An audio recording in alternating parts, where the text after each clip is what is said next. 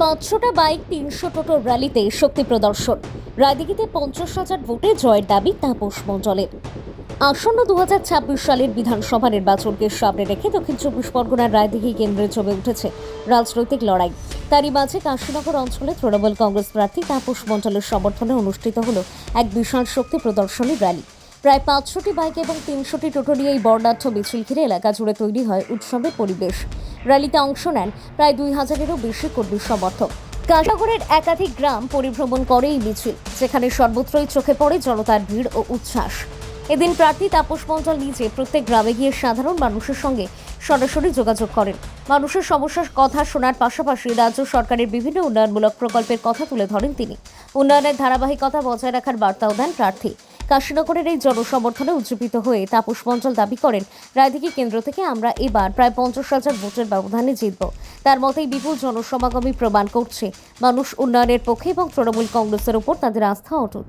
এই কর্মসূচিতে উপস্থিত ছিলেন জেলা পরিষদের সদস্য উদয় হালদার, কাশীনগর অঞ্চলের সভাপতি বিল্টু নস্কর, প্রধান বর্ণালী বাগ সহ একাধিক তৃণমূল নেতা। তাদের উপস্থিতিতে র্যালিটি আরও সুসংগঠিত ও শক্তিশালী হয়ে ওঠে। সব মিলিয়ে কাশীনগরের এই বিশাল র্যালি শুধু প্রচার নয়, বরং রায়দিঘি কেন্দ্রের নির্বাচনী লড়াইয়ে তৃণমূল কংগ্রেসের শক্তি প্রদর্শনের এক বড় মঞ্চ হয়ে উঠল। এখন দেখার এই জনসমর্থন ভোটের বাক্সে কতটা প্রভাব ফেলে। কাশীনগর থেকে রাকেশ শেখের report, DN news Bangla. Kashinagar অঞ্চলের পক্ষ থেকে আজকে বাইক ও টোটো মিছিল করা হয়েছে। আমাদের প্রায় 400-এর মতো টোটো ছিল আর 200-এর মতো বাইক ছিল। 400-এর মতো টোটোতে পুরো 4 জন করে লোক থাকলে আপনারা হিসেব করে বুঝতে পারবেন, আর প্রত্যেকটা বাইকে 2 জন করে ছিল। তাছাড়া অন্য গাড়ি ছিল। এখন সেই হিসাবটা দেখলে আমাদের অঞ্চলটার 10,000 ভোট আছে। তা আপনারা হিসেব করে দেখুন যে আজকের র্যালিতে কত মানুষ ছিল। প্রায় 3 থেকে 3.5 কিলোমিটার র্যালি ছিল আমাদের। অবশ্যই আমরা যে ভোটে আগে বিধানসভা যে লিড ছিল তার থেকে আমরা মার্জিন বাড়াতে চলেছি। আমরা 2 থেকে 3,000 ভোটে লিড দেবো। রায়দিঘি বিধানসভা জুড়ে আমরা 50,000 ভোটে জিতবো।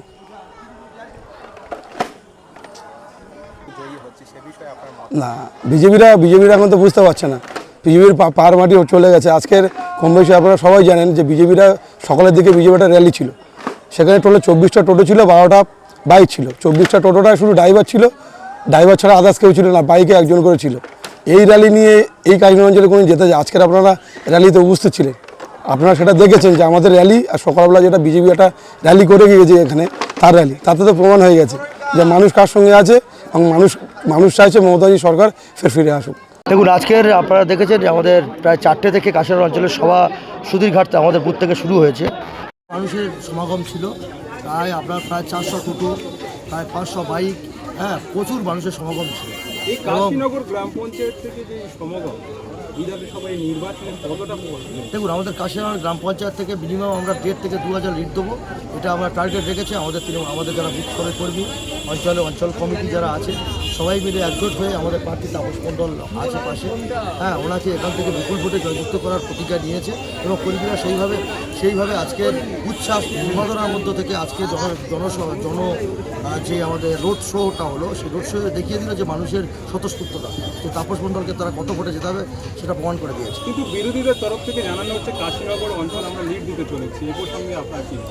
ওরা তো সব জায়গায় লিড দেবে বলছে, ফাঁকা টোটো নিয়ে ঘুরছে, 500 টাকা আর 1000 টাকা, 500 টাকার মদের বোতল দিয়ে লোক জড়ো করছে। এই তোদের কাজ, একটাও লোক নেই। 50,000 ভোটে হারবে আর তাপস মণ্ডল আমাদের প্রার্থী 50,000 ভোটে জিতবে।